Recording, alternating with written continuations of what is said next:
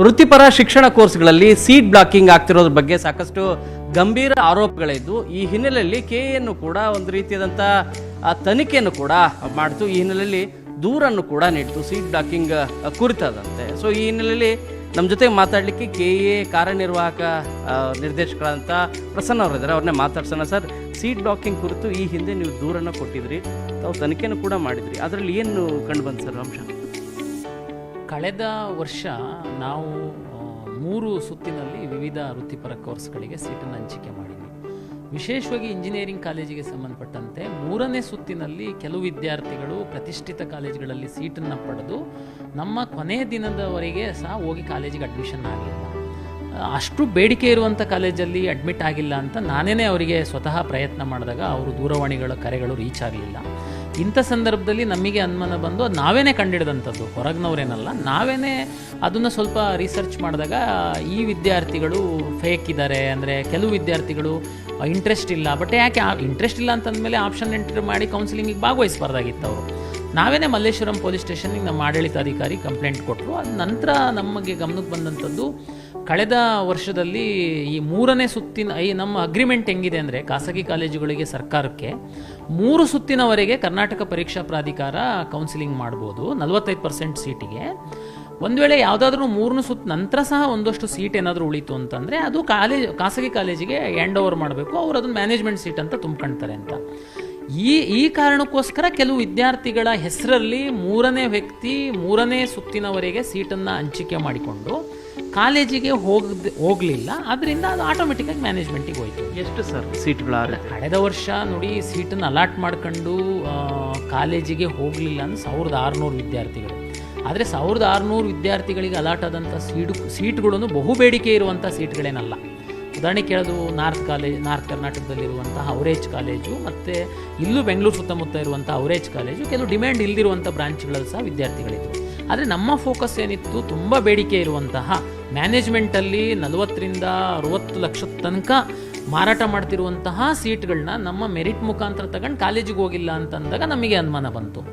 ಹಾಗಾಗಿ ನಾವು ಕಂಪ್ಲೇಂಟ್ ಕೊಟ್ವಿ. ಅವರು ತನಿಖೆ ಮಾಡಿದಂತಹ ಸಂದರ್ಭದಲ್ಲಿ ಸುಮಾರು 9-10 ಜನ ಏನೋ ಏಜೆಂಟ್ಗಳಿಗೆ ಅವರು ಅರೆಸ್ಟ್ ಮಾಡ್ತಾರೆ. ಅಷ್ಟು ಜನದಲ್ಲಿ ನಮ್ಮಲ್ಲಿ ಒಬ್ಬ ಕಾಂಟ್ರಾಕ್ಟ್ ಕೆಲಸದಲ್ಲಿದ್ದಂಥ ಒಬ್ಬ ಹುಡುಗನಿಗೆ ಸಹ ಅವರು ಬಂಧಿಸ್ತಾರೆ. ನಮ್ಮ ಕೆಇಎನಲ್ಲಿ ಅಂದರೆ ಅವರು ಎಲ್ಲ ಕೆಇ ಅವ್ರದ್ದು ಇನ್ವಾಲ್ವ್ ಆಗಿನೇ ಮಾಡಿದ್ದಾರೆ ಅಂತಲ್ಲ ತನಿಖೆಯಿಂದ. ಈ ಒಬ್ಬ ಹುಡುಗ ಸಹ ಕೆಲವು ವಿದ್ಯಾರ್ಥಿಗಳದ್ದನ್ನ ಮಾಹಿತಿ ಕೊಟ್ಟಿದ್ದಾನೆ ಹೊರಗಡೆ ಅಂತ. ಇದು ಎಂಟೈರ್ ಸೀಟ್ ಬ್ಲಾಕಿಂಗ್ ಹೇಗೆ ಮಾಡಿದ್ದಾರೆ ಅಂತಂದರೆ, ಅವರು ಯಾರಾದ್ರೂ ಮೆರಿಟೋರಿಯಸ್ ಸ್ಟೂಡೆಂಟ್ಸು ಆಲ್ರೆಡಿ IIT ಮತ್ತು NITK ಸೂರತ್ಕಲ್ಲು ಇಂಥ ಕಡೆ ಅಡ್ಮಿಷನ್ ಆಗಿರುವಂಥವ್ರು, ಮತ್ತು ಕೆಲವರು ಲಾಂಗ್ ಟರ್ಮಿಗೆ ಕೋಚಿಂಗ್ ಹೋಗುವಂಥ ಒಂದು ಪ್ರತೀತಿ ಇದೆ ಕರ್ನಾಟಕದಲ್ಲಿ ನೀಟಿಗೋಸ್ಕರ, ಅವರು ನಮ್ಮಲ್ಲಿ CET ಸಹ ಬರೆದಿರ್ತಾರೆ. ಅವ್ರ ಹೆಸರಲ್ಲಿ ಸೀಟನ್ನು ತೆಗೆದುಕೊಂಡು ಆಪ್ಷನ್ ಎಂಟ್ರಿ ಮಾಡುವಂಥದ್ದು. ಫಸ್ಟ್ ರೌಂಡು ಸೆಕೆಂಡ್ ರೌಂಡಲ್ಲಿ ನಮ್ಮ ಚಾಯ್ಸನ್ನು ಕೊಟ್ಟಿರ್ತೀವಿ, ಅದರಲ್ಲಿ ನಮಗೆ ಈ ಸೀಟ್ ಬೇಡ ಅಂತ 3ನೇ ರೌಂಡ್ ತನಕ ಬರುವಂಥದ್ದು. 3ನೇ ರೌಂಡಲ್ಲಿ ಪರ್ಟಿಕ್ಯುಲರ್ ಆಗಿ ಯಾವುದು ಬೇಡಿಕೆ ಇರುವಂಥ ಕಾಲೇಜನ್ನು ಹಾಕಿ ಲಾಸ್ಟ್ ಟೈಮ್ ತನಕ ಅವ್ರ ಅಡ್ಮಿಷನ್ ಆಗದೆ ಆಟೋಮೆಟಿಕ್ಕಾಗಿ ಆ ಸೀಟ್ ಕಾಲೇಜಿಗೆ ಹೋಗುತ್ತೆ.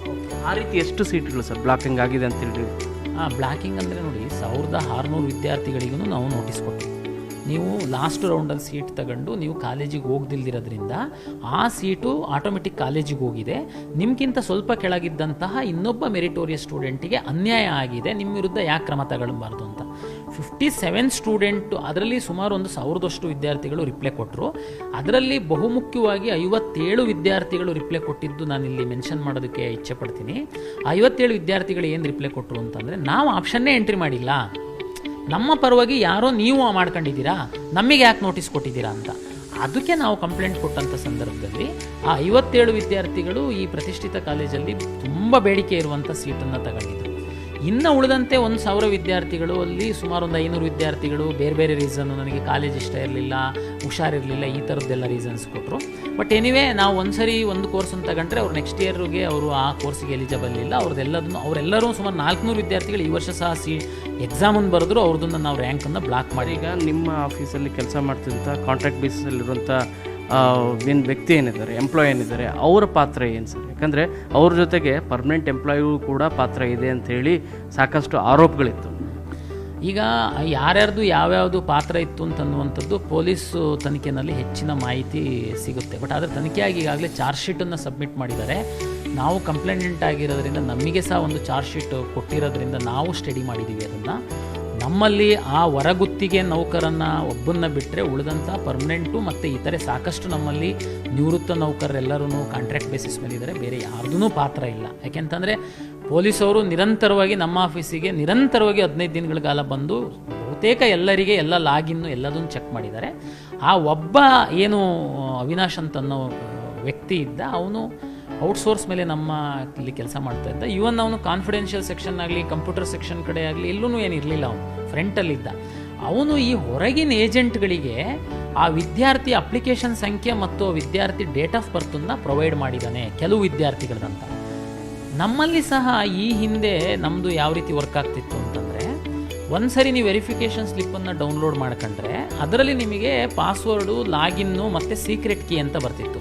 ಈ ವೆರಿಫಿಕೇಷನ್ ಸ್ಲಿಪ್ಪನ್ನು ಡೌನ್ಲೋಡ್ ಮಾಡ್ಕೊಳ್ಳೋದಕ್ಕೆ ನಿಮಗೆ ಅಪ್ಲಿಕೇಶನ್ ನಂಬರು ಮತ್ತು ಡೇಟ್ ಆಫ್ ಬರ್ತ್ ಬೇಕಾಗಿತ್ತು. ಇದು ಒಂದ್ಸರಿ ನೀವು ಡೌನ್ಲೋಡ್ ಮಾಡ್ಕೊಂಡಾದ್ಮೇಲೆ ನೀವೇನೇ ರನ್ ಮಾಡ್ತಾ ಹೋಗ್ತೀರಾ. ಪಾಪ ವಿದ್ಯಾರ್ಥಿಗಳಿಗೇ ಗೊತ್ತಿರಲ್ಲ. ಇದನ್ನು ನಾವೇನು ಮಾಡ್ಬೋದು, ಹಿಂದೆ ಕೆಲವು ತಪ್ಪುಗಳು ಆಗಿದೆ, ಇಲ್ಲ ಅಂತ ಹೇಳಲ್ಲ. ಅಂದರೆ ಅದೇ ಈ ಥರ ನಮ್ಮವನೊಬ್ಬ ಡೇಟ್ ಆಫ್ ಬರ್ತ್ ಅಪ್ಲಿಕೇಶನ್ ಕೊಟ್ಟ, ಅದರಿಂದ ಒಂದು 57 ಸೀಟನ್ನು ಇವರು ಬೇರೆ ಹೆಸರಲ್ಲಿ ಮಾಡಿ ಬೇರೆಯವರಿಗೆ ಮಾಡಿ. ಅದಕ್ಕೆ ನಾವು ಏನು ಮಾಡಿದ್ದೀವಿ, ಈ ಸರಿ ಇದು ಪರ್ಮನೆಂಟ್ ಶಾಶ್ವತವಾಗಿ ಮೆರಿಟೋರಿಯಸ್ ಸ್ಟೂಡೆಂಟಿಗೆ ಮಾತ್ರ ಹಾಕಬೇಕು. ನಮ್ಮನ್ನು ನಂಬಿ ವಿದ್ಯಾರ್ಥಿಗಳ ಕೌನ್ಸಿಲಿಂಗಲ್ಲಿ ಭಾಗವಹಿಸುವಂಥ ಸಂದರ್ಭದಲ್ಲಿ ಯಾವುದೇ ಮೋಸ ಆಗಬಾರ್ದು ಅಂತ ಈ ಸರಿ ನಾವು 2 ಸಿಸ್ಟಮನ್ನು ಇಂಟ್ರೊಡ್ಯೂಸ್ ಮಾಡಿದ್ದೀವಿ. ಇನ್ನು ಮುಂದೆ ಅದು ಆಗಲಿಕ್ಕೆ ಸಾಧ್ಯನೇ ಇಲ್ಲ. ಯಾರ್ದೋ ನಾವು ವೆರಿಫಿಕೇಷನ್ ಸ್ಲಿಪ್ ಬಿಟ್ಟಿದ್ದೀವಿ. ವೆರಿಫಿಕೇಷನ್ ಸ್ಲಿಪ್ಪಲ್ಲಿ ಯಾವುದೇ ಸೀಕ್ರೆಟ್ ಕೀ ಪಾಸ್ವರ್ಡ್ ನಾವು ಕೊಟ್ಟಿಲ್ಲ. ರೀಸನ್ ಏನಂತಂದರೆ ನೀವು ಅದನ್ನು ಬೇರೆಯವರಿಗೆ ಹ್ಯಾಂಡ್ ಓವರ್ ಮಾಡಿಬಿಡ್ತೀರಾ, ನಿಮ್ಮ ಪರವಾಗಿ ಬೇರೆಯವ್ರು ಮಾಡ್ತಾರೆ ಅಂತ. ಅದಕ್ಕೋಸ್ಕರ ನಾವು ಈ ಸರಿ ಏನು ಮಾಡಿದ್ವಿ, ಒಂದು QR ಕೋಡ್ ಕೊಟ್ಟಿದ್ದೀವಿ. ನೀವು QR ಕೋಡ್ ಸ್ಕ್ಯಾನ್ ಮಾಡ್ತು ಅಂತಂದರೆ ನಿಮ್ಮದು ಲಾಗಿನ್ ಪೇಜ್ ಓಪನ್ ಆಗುತ್ತೆ ನಮ್ಮ ವೆಬ್ಸೈಟಲ್ಲಿ. ನಿಮಗೆ OTP ಬರುತ್ತೆ. ನಿಮ್ಮ ಮೊಬೈಲು ಯಾವುದು ಅಪ್ಲಿಕೇಶನ್ ಹಾಕುವಾಗ ಕೊಟ್ಟಿದ್ದೀರಾ, ನೀವು ಮೊಬೈಲ್ ನಂಬರ್ನ ಎಂಟ್ರಿ ಮಾಡಬೇಕು. ಮತ್ತು ನಿಮ್ಮ ಫೇಸನ್ನು ನೀವು ವೆಬ್ ಕ್ಯಾಮಲ್ಲಿ ತೋರಿಸ್ಬೇಕು. ನೀವೇನೇ ಅಪ್ಲಿಕೇಶನ್ ಹಾಕಿರೋರು ಅಂದರೆ ಮಾತ್ರ ಅಪ್ಲಿಕೇಶನ್ ಓಪನ್ ಆಗುತ್ತೆ. ನಂತರ ನೀವು ಆಪ್ಷನ್ ಎಂಟ್ರಿ ಎಲ್ಲ ಮಾಡ್ಬೋದು. ಹಾಗಾಗಿ ಇಲ್ಲ, ಈಗ ಸುಧಾರಣೆ ಏನು ಮಾಡ್ತಾ ಇದ್ದೀರಿ ಸರ್? ಈ ಸೀಟ್ ಬ್ಲಾಕಿಂಗಲ್ಲಿ ಎಷ್ಟು ಕಾಲೇಜ್ಗಳು ಭಾಗವಹಿಸಿದ್ದಾವೆ ಅನ್ನೋದ್ರ ಬಗ್ಗೆ ತಮಗೇನಾದ್ರೂ ಮಾಹಿತಿ ಇದೆಯಾ ಸರ್? ನೋಡಿ, ಈಗ ಕಾಲೇಜ್ಗಳು ಎಷ್ಟು ಜನ ಇದರಲ್ಲಿ ಭಾಗವಹಿಸಿದ್ದಾರೆ ಅಂತನ್ನುವಂಥದ್ದು ಪೊಲೀಸು ತನಿಖೆಯಿಂದನೇ ಗೊತ್ತಾಗಬೇಕು. ಯಾಕೆಂದರೆ ಪೂರ್ಣ ಪ್ರಮಾಣದ ತನಿಖೆ ಇನ್ನೂ ಆಗಿಲ್ಲ. ನಮಗೆ ಬಂದಿರೋ ಮಾಹಿತಿ ಪ್ರಕಾರ ಯಾರು ಇವರು ಬ್ರೋಕರ್ಗಳನ್ನ, ಮಿಡ್ಲ್ಮನ್ಗಳನ್ನ ಅರೆಸ್ಟ್ ಮಾಡಿದರು, ಅವ್ರುಗಳು ವಿರುದ್ಧವಾಗಿ ಚಾರ್ಜ್ ಶೀಟ್ ಹಾಕಿದ್ದಾರೆ. ಅವರು ಯಾರ ಪರವಾಗಿ ಸೀಟ್ ಬ್ಲಾಕ್ ಮಾಡ್ತಿದ್ರು ಅಂತನ್ನುವಂಥದ್ದು ಅವ್ರುಗಳೇ ಹೇಳಬೇಕು. ಪೊಲೀಸವರೇ ತನಿಖೆಯಿಂದ ತರಬೇಕು. ನಾವು ಹೇಳಲಿಕ್ಕಾಗಲ್ಲ. ಇವತ್ತು ED ರೇಡ್ ಮಾಡಿದೆ. BNM ಕಾಲೇಜು ಮತ್ತು ಆಕಾಶ್ ಕಾಲೇಜುಗಳ ಮೇಲೆ ದಾಳಿ ಆಗಿದೆ. ಇದೇ ರೀತಿ ಇನ್ನೂ ಹಲವು ಕಾಲೇಜುಗಳ ಮೇಲೂ ಕೂಡ ದಾಳಿ ಮಾಡುವಂಥ ಸಾಧ್ಯತೆ ಇದೆ. ಸೊ ಈ ಕಾಲೇಜುಗಳ ಪಾತ್ರ ಎಷ್ಟಿದೆ ಸರ್? ತಮಗೆ ಮಾಹಿತಿ ಇದೆಯಾ? ಇಲ್ಲ, ಈಗ ನಮಗೆ ಎಲ್ಲ ಕಾಲೇಜಿಂದೂ ಪ್ರೈವೇಟ್ ಕಾಲೇಜಿಂದು 45% ಸೀಟನ್ನು ನಾವು ಅಲಾಟ್ ಮಾಡ್ತೀವಿ. ಯೂನಿವರ್ಸಿಟಿ ಮತ್ತು religious minority college 40% seat allot ಮಾಡ್ತೀವಿ. ಹಾಗಾಗಿ 45% ಸೀಟ್ ಒಳಗಡೆ ತಗೊಂಡು ಯಾರು ಯಾವ ಕಾಲೇಜಿಗೆ ಹೋಗಿಲ್ಲ ಅಂತ ಅನ್ನುವಂಥ 1600 ಜನದ ಪಟ್ಟಿನೂ ನಾವು ಪೊಲೀಸವರಿಗೆ ಹ್ಯಾಂಡ್ ಓವರ್ ಮಾಡಿದ್ದೀವಿ. ಈ ಮಧ್ಯವರ್ತಿಗಳ ಜೊತೆ ಕೈ ಜೋಡಿಸಿರೋರು ಯಾರ್ಯಾರು ಅಂತನ್ನುವಂಥದ್ದು ತನಿಖೆಯಿಂದನೇ ಗೊತ್ತಾಗ. ಈ ಕುರಿತು ಮಾಹಿತಿಯನ್ನು EDಗೆ ಏನಾದರೂ ನೀವು ಶೇರ್ ಮಾಡಿದ್ರೆ ಕೇಳಿತ್ತಾ? ಇಲ್ಲ, ED ಅವರು ನಮಗೆ ಕೇಳಿದರು ಎಷ್ಟು ಕಾಲೇಜವರು ಸೀಟ್ ಬ್ಲಾಕಿಂಗಲ್ಲಿ ಭಾಗವಹಿಸಿದ್ದಾರೆ, ಇದ್ರದ್ದು ಪ್ರಮಾಣ ಎಷ್ಟು, ಫೈನಾನ್ಷಿಯಲ್ ಟ್ರಾನ್ಸಾಕ್ಷನ್ ಎಷ್ಟು ಎಲ್ಲ ಅಂತೇಳಿ. ನಾವು ಡೇ 1ನಲ್ಲೇ ED ಅವರಿಗೆ ಲಿಖಿತವಾಗಿ ನಾವು ಕೊಟ್ಟಿದ್ದೀವಿ. ಟೋಟಲ್ ಇಷ್ಟು ಸೀಟು ವಿದ್ಯಾರ್ಥಿಗಳು ಅಂತಿಮ ಹಂತದಲ್ಲಿ ಕಾಲೇಜಿಗೆ ಜಾಯಿನ್ ಆಗಿರಲಿಲ್ಲ. ಬಟ್ ಇವರು ಎಲ್ಲರೂ ಯಾವ್ಯಾವ ಕಾಲೇಜಿಗೆ ಬೆನಿಫಿಟ್ ಮಾಡಿಕೊಟ್ಟಿದ್ದಾರೆ, ಕಾಲೇಜವ್ರ ಪಾತ್ರ ಇದೆಯಾ ಅಂತನ್ನುವಂಥದ್ದು ನಾವು ಈಗಾಗಲೇ ದೂರು ಕೊಟ್ಟು ಮಲ್ಲೇಶ್ವರಂ ಪೊಲೀಸ್ ಠಾಣೆಯಲ್ಲಿ ತನಿಖೆ ಆಗ್ತಾಯಿದೆ. ಆ ತನಿಖೆ ನಂತರನೇ ವಿಷಯ ಗೊತ್ತಾಗಬೇಕು ಹೊರತು ನಮಗೆ ಅದ್ರ ಬಗ್ಗೆ ಮಾಹಿತಿ ಇಲ್ಲ ಅಂತ ನಾವು ಲಿಖಿತ ಕೊಟ್ಟಿದ್ದೀವಿ. ಸರ್, ಇಲ್ಲಿವರೆಗೂ ಸೀಟ್ ಬ್ಲಾಕಿಂಗ್ ಏನೋ ಆಯಿತು, ಬಟ್ ಇನ್ನು ಮುಂದೆ ಸೀಟ್ ಬ್ಲಾಕಿಂಗ್ಗೆ ಅವಕಾಶಗಳೇ ಇಲ್ಲ ಅಂತೀರಾ ಅಥವಾ ಇನ್ನೂ ಕೆಲವೊಂದು ಲೋಪದೋಷಗಳಿದಾವೆ ಅಂತೀರಾ? ಇಲ್ಲ, ನಮ್ಮ 45% ಸೀಟ್ KE ಮುಖಾಂತರ ಇಂಜಿನಿಯರಿಂಗಿಗೆ ಸಂಬಂಧಪಟ್ಟಂತೆ ಏನು ಅಲಾಟ್ ಆಗುತ್ತೆ, ಇನ್ನು ಸೀಟ್ ಬ್ಲಾಕಿಂಗ್ ಈ 45%ಅಲ್ಲಿ ಆಗದಿಲ್ದಿರೋ ಥರ ಬೇಕಾದಂಥ ಎಲ್ಲ ಕ್ರಮಗಳನ್ನ ನಾವು ತೆಗೆದುಕೊಂಡಿದ್ದೀವಿ.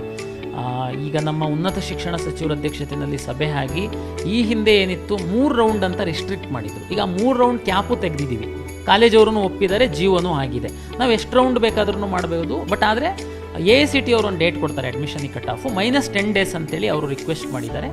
ಕೆಲವು ಡಿಮ್ಯಾಂಡ್ ಇಲ್ದಿರೋ ಕಾಲೇಜಲ್ಲಿ ಅವರು ಪ್ರಯತ್ನ ಮಾಡಿ ಸಹ ಅಡ್ಮಿಷನ್ ಮಾಡ್ಕೊಳ್ಳೋದ್ರಿಂದ ಅದು ಒಂದು ಒಪ್ಪಿದ್ದಾರೆ. ಬಟ್ ನಾವು ಅನ್ಲಿಮಿಟೆಡ್ ರೌಂಡ್ ನಾವು ಮಾಡೋದ್ರಿಂದ ಮತ್ತು ನಾವು ಈ ಥರ ಎಲ್ಲ ಸೆಕ್ಯೂರಿಟಿ ಮೆಜರ್ಸ್ ಮಾಡಿರೋದ್ರಿಂದ ಇನ್ನು ಮುಂದೆ ಯಾವುದೇ ಮಧ್ಯವರ್ತಿಗಳು ಬ್ಲಾಕ್ ಮಾಡಿ ಬೇರೆಯವ್ರ ಪರವಾಗಿ ಬೇರೆಯವ್ರು ಮಾಡುವಂಥದ್ದನ್ನು 100% ತಪ್ಪಿಸ್ಲಿಕ್ಕೆ ಎಲ್ಲ ರೀತಿ ಪ್ರಯತ್ನಗಳನ್ನ ನಾವು ಮಾಡ್ತಾಯಿದ್ದೀವಿ. ಇದು KEA ಕಾರ್ಯನಿರ್ವಾಹಕ ನಿರ್ದೇಶಕರಾದಂಥ ಪ್ರಸನ್ನ ಅವರ ಮಾತು. ಬೆಂಗಳೂರಿಂದ ಕ್ಯಾಮರಾ ಪರ್ಸನ್